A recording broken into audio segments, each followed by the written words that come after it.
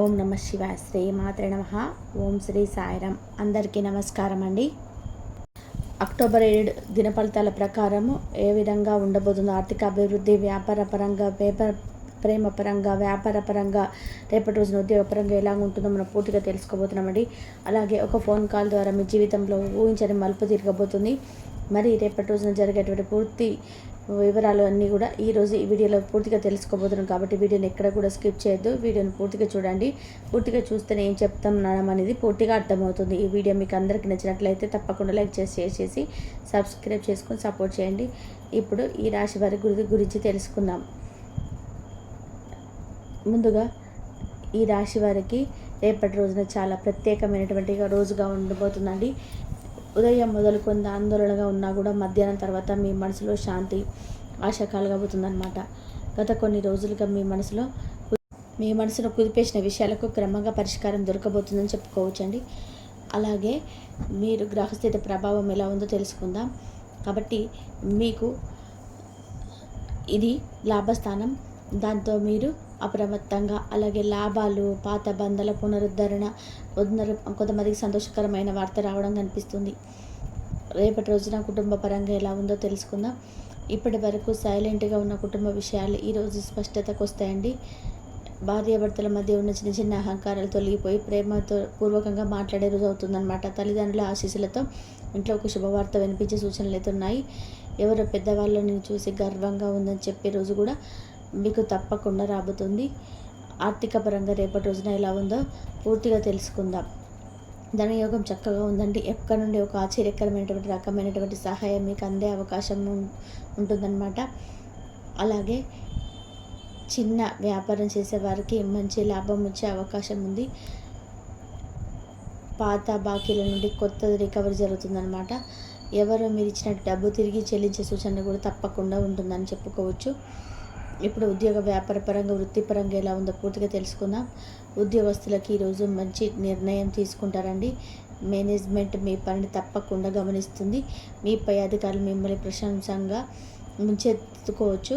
మంచిగా మీ జీవితం రేపటి రోజున అంటే ఉద్యోగపరంగా చాలా చక్కగా ఉంటుంది. ఆలస్యమైన ప్రమోషన్స్, కొత్త బాధ్యత మీ దిశగా వస్తుందని చెప్పుకోవచ్చు. కొత్తగా ఉద్యోగం కోసం ఎవరైతే ప్రయత్నిస్తుంటారో వారికి ఒక ఫోన్ కాల్ ద్వారా లేదా ఇంటర్వ్యూ అవకాశంతో కొత్త దారి తెలుసుకోవచ్చు అని చెప్పుకోవచ్చు అండి.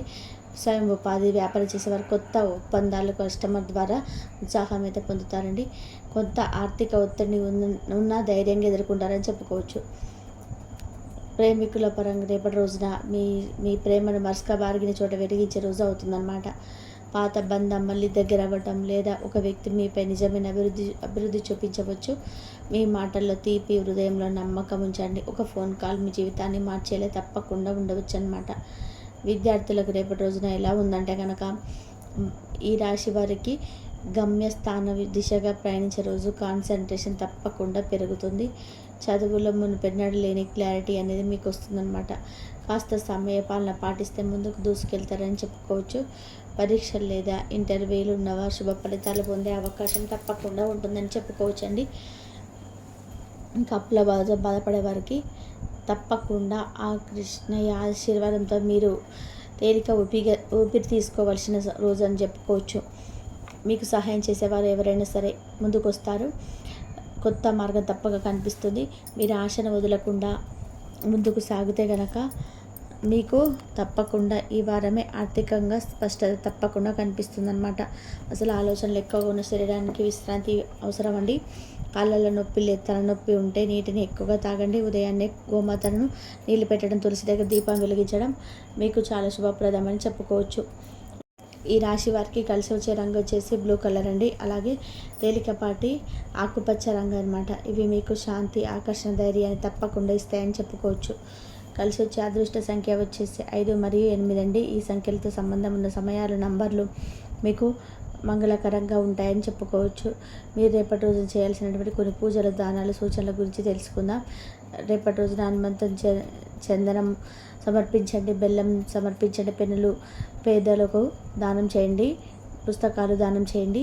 సాయంత్రం సాయిబాబా గారికి దీపం వెలిగించి అలాగే 1 నిమిషం మౌనం పాటించండి. మీరు నాతోనే ఉన్నావు బాబా అని చెప్పడం మీలోని భయాన్ని తప్పకుండా తొలగిస్తుంది అన్నమాట. అలాగే రేపటి రోజున మీకు తప్పకుండా ఏదైనా సరే అండి, ఇక్కడ మీకు ఒక ఫోన్ కాల్ ద్వారా ఊహించినటువంటి పరిణామం మీ జీవితంలో చోటు చేసుకోబోతుందని చెప్పుకోవచ్చు. తప్పకుండా ఈ రాశి వారికి ఒక ఊహించని ఫోన్ కాల్ ద్వారా జీవితం మార్పు తీసుకోబోయే రోజు అని చెప్పుకోవచ్చు అనమాట. చాలా కాలంగా ఎదురు చూసినటువంటి ఒక వార్త అనమాట. ఆ ఒక్క కాల్ ద్వారా మీ చెవిన చేరబోతుందనమాట. ఆ కాల్ తర్వాత మీ మనసు కాసేపు షాక్‌కి గురవుతుందండి. ఇది నిజమేనా లేకపోతే కలనా అని అనుకుంటూ ఉంటారు. తప్పకుండా మీలోనే మీరు అనుకుంటారు. ఆ వార్త మీ జీవితాన్ని ఒక కొత్త దిశలో నడిపే ఆరంభం అవుతుందని చెప్పుకోవచ్చు. కొంతమందికి ఆ ఫోన్ కాల్ ఒక ఉద్యోగ అవకాశం గురించి ఉండవచ్చు, లేదంటే ఇంటర్వ్యూ కాల్ కావచ్చు, లేకపోతే ఎప్పటి నుంచో ఆశిస్తున్నటువంటి వ్యక్తి నుంచి వచ్చేటువంటి స్పందన కావచ్చు. కొంతమందికి కాల్ కుటుంబంలో ఒక ముఖ్యమైన విషయానికి సంబంధించి ఉండొచ్చు. శుభవార్త కానీ, వివాహానికి సంబంధించిన విషయం కావచ్చు, తిరిగి దగ్గర అవ్వడం కానీ, ఈ జాగ్రత్తగా ఉండాల్సినటువంటి ఏమిటంటే కనుక వార్తతో వచ్చేటువంటి బాధ్యత కూడా ఉంటుందన్నమాట. శుభవార్త వినే ముందు మనసు స్థిరంగా ఉంచుకో. మార్పు ఎల్లప్పుడూ పరీక్షను తీసుకొని వస్తుంది కాబట్టి ఆ ఫోన్ కాల్ మీకు 2 మార్గాలను చూపుతుందండి. ఒక భయం మరియు ధైర్యం. ధైర్యంగా ఆ మార్గాన్ని ఎంచుకొని జీవితంలో కొత్త దారులు తొక్కకుండా తప్పకుండా తెరుచుకుంటే ధైర్యంతో ఉండండి. అధైర్యంతో ఉంటే మాత్రం అవకాశం ఆగిపోతుంది. ఈ రాశి వారికి మంగళవారం రోజున చేయవలసిన పరిహారాల గురించి తెలుసుకుందామండి. ఉదయం లేచిన వెంటనే హనుమాన్ చాలీసా తప్పకుండా పఠించండి. ఎరుపు రంగు పూలతో హనుమంతుడికి పూజ చేయండి. ఒక ఎర్రటి బట్టలో చక్కెర, బెల్లం, పసుపు కట్టి ఆలయ ప్రాంగణంలో దానం చేయండి. గోమాతకు లేదా కుక్కకు ఆహారం పెట్టండి. ఇది మంగళ గ్రహ దోషాలను తప్పకుండా తీసేస్తుందని చెప్పుకోవచ్చు. ఈరోజు ఎరుపు రంగు వస్త్రాలు ధరించడం మీకు శుభాన్ని ఇస్తుందని చెప్పుకోవచ్చండి. ఈ రోజున ఒక ఊహించినటువంటి 2 శుభవార్తలు తప్పకుండా వినబోతున్నారండి. అంటే మీ జీవితంలో మీ 2 శుభవార్తలు విజయాన్ని, ఆనందంతో నింపి చాలా కాలంగా ఎదురు చూసిన మార్పులకు తప్పకుండా తీసుకొని వస్తాయని చెప్పుకోవచ్చు. శుభవార్త వచ్చేసి ఒక ఫోన్ కాల్ లేదా మెసేజ్ రూపంలో వస్తుందండి. ఎప్పటి నుంచో ఆశగా ఎదురు చూసిన ఉద్యోగ, వ్యాపారం లేదా ఆర్థిక సంబంధమైన వార్తలది ఒక ఊహించిన వ్యక్తి నుండి వస్తుంది కాలు. ఆ మాటలో కొత్త అవకాశం తప్పకుండా దాగి ఉంటుంది. కొంతమందికి పదోన్నతి, ఇంకొంతమందికి కొత్త ఉద్యోగ ఆహ్వానం. మీరు చేసిన కృషికి దేవుడు సమాధానం ఇస్తున్న రోజు అనమాట ఇది. ఇంకా రెండవ శుభవార్త వచ్చేసి కుటుంబం లేదా బంధాలకు సంబంధించినటువంటి శుభవార్త అండి. దూరమైన వ్యక్తి మళ్ళీ మీ జీవితంలోకి అడుగు పెట్టబోతున్నారని చెప్పుకోవచ్చు. చిన్న దూరం మీ మధ్య ఉన్న ఇప్పుడు ఆ గోడ కూలిపోతుందని చెప్పుకోవచ్చు. ఒక చిన్న సారీ అనే ఒక మాటతో బంధం మరింత మళ్ళీ కొత్తగా పుడుతుందని చెప్పుకోవచ్చు. ఆ వ్యక్తి ఫోన్ చేస్తారు, మీరు ఆశ్చర్యపోతారు, కానీ ఆ క్షణంలో మీరు మనసులో ఉన్న బాధ అంతా కూడా మీకు కరిగిపోతుందని చెప్పుకోవచ్చు అండి. ఈ 2 శుభవార్తలు నేను నీ జీవితంలో సృష్టిస్తున్న మార్పును మొదటి మాత్రమే, అలాగే వాటి చిన్నగా చూడకు అని మీకు నమ్మినటువంటి ఇష్టదైవం తప్పకుండా మీకు ఒక చెప్తున్నటువంటి మెసేజ్ రూపంలో ఉండొచ్చు అనమాట.